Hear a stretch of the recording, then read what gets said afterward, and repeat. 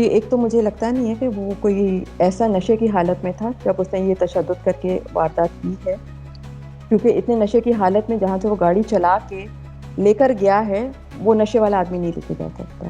ایک دوسرا کارروائی چل رہی ہے ریمانڈ سے مجھے نہیں لگ رہا ہے کہ وہ اتنا کلیئرٹی آئے گی. آئی بلیو کہ اندر remand should be taken requested تاکہ مجھے اور چیزیں کلیئر ہوں. ابھی تو اس کی رپورٹ پہلے مجھے آئے گی پھر پتہ چلے گا. جو مجھے ابھی کمپلیٹلی صرف ایک جنرلی جو پتہ ہے جو فرسٹ اس سے ہی آئی ہے اکمپلس سے کہ تشدد ہو کے ہوا تھا. مجھے اس آگے سے ابھی تک وہ والا جو ایک ہونا چاہیے ہے انفارم نہیں کیا گیا ہے کمپلیٹ بیان. ایکسکیوز می آپ لوگ نا فیکٹس مکس کر دیتے ہو. وہ بات کس کے لیے بولی جاتی ہے وہ الگ کس کے ساتھ جاتی ہے. یہ مصطفیٰ کا کبھی بھی دوست نہیں ہے, یہ ڈیفینس میں کسی کا بھی دوست نہیں ہے. صرف یہ ایک لڑکا ہے 28-30 سال کا جو 10-20 گارڈوں کے ساتھ اپنی بڑی بڑی گاڑیوں کے ساتھ ادھر ادھر امپریشن ڈالتا پھرتا ہے. اور مصطفیٰ اس قسم کا لڑکا ہے جو کسی کے امپریشن میں نہیں آتا.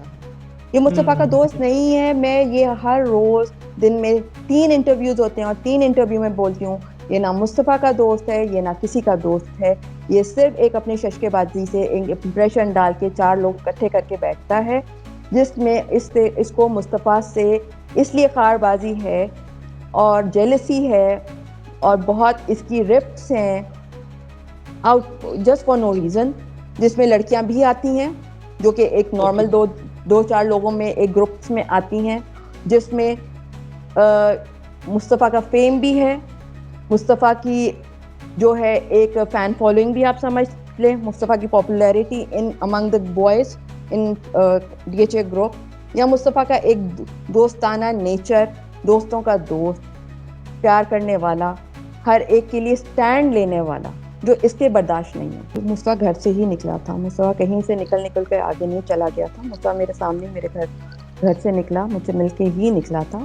ہاں بس یہ ضرور بولا تھا کہ آ رہا ہوں میں, کوئی اسپیسیفک نام نہیں مینشن کیا تھا. یہ ایک اس کا وہ ضرور ہے. اور اس واقعے کا مجھے گھنٹے میں ہی اس لیے پتہ چل گیا تھا کہ مصطفیٰ سے میں رابطہ کر رہی ہوں. جو لیول آف غصہ اس کا دکھایا جا رہا ہے کہ اس غصے میں اس نے کیا, ٹھیک ہے نا, اس غصے کو میں ایک ہوتا ہے نا جلتی پہ تیل چھڑکنے والے اور بھی لوگ, تو میرے حساب سے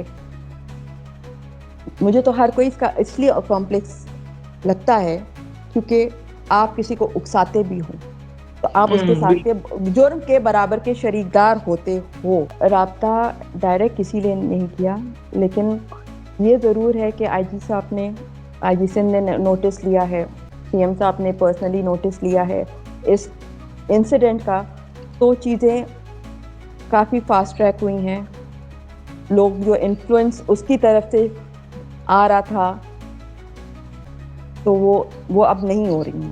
وہ جس کے ہسبینڈ جو ہیں ایک تو گورنمنٹ آفیسر ہیں, ٹھیک ہے, وہ پرنسپل اپریزر ہیں کسٹمز کے, بڑا ان کے ہیلتھ ایشوز ہیں جس کی وجہ سے وہ اتنا اس چیز کو ڈیل نہیں کر سک رہے ہیں. اور دوسرا وہ اتنا ٹرامیٹائزڈ ہیں کہ ان کو اپنے مصطفیٰ کے جانے کی ایکسیپٹنس ابھی تک نہیں آئی ہے کہ وہ جو کل DNA یا پرسوں DNA کی رپورٹ آئے گی اس کو بھی وہ کہہ رہے ہیں کہ مجھے لگتا ہے مصطفیٰ نہیں ہوگا وہ.